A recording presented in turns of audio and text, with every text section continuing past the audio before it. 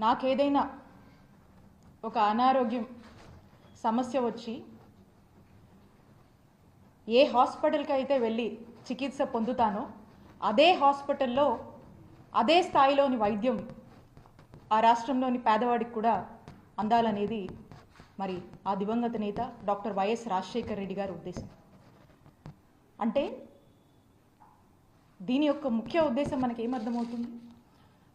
ఏదైతే ఒక కార్పొరేట్ స్థాయి వైద్యం ఉందో అది పేదవాడికి కూడా అందించడమే దీని యొక్క ప్రథమ లక్ష్యం అని చెప్పి మరి ఎంతో మానవత్వంతో ఈ యొక్క గొప్ప కార్యక్రమాన్ని మరి రూపొందించి ఆరోగ్యశ్రీ అని చెప్పి కొన్ని లక్షల మందిని వారి యొక్క ప్రాణాన్ని కాపాడినటువంటి కార్యక్రమమే ఈ ఆరోగ్యశ్రీ పథకం.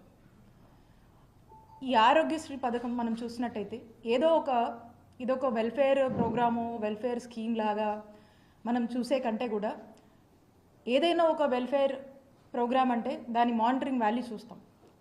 కానీ ఈ ప్రోగ్రామ్ చూసినట్టయితే దీంతో ఇది ఒక మానిటరింగ్ వాల్యూతో పాటు ఒక ఎమోషనల్ వాల్యూ కూడా ఉన్నటువంటి అంత శాంక్టిటీ ఉన్నటువంటి ప్రోగ్రామ్గా ఆరోగ్యశ్రీని చూడాల్సినటువంటి అవసరం ఉంది.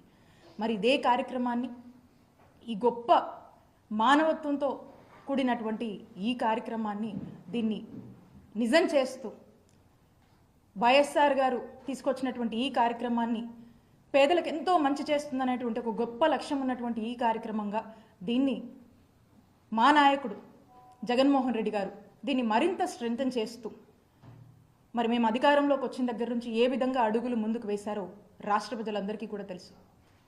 జగన్మోహన్ రెడ్డి గారు అధికారంలోకి వచ్చే నాటికి 1059 ఉన్నటువంటి ఈ ఆరోగ్యశ్రీ ప్రొసీజర్స్ ఏవైతే ఉన్నాయో వాటిని 3257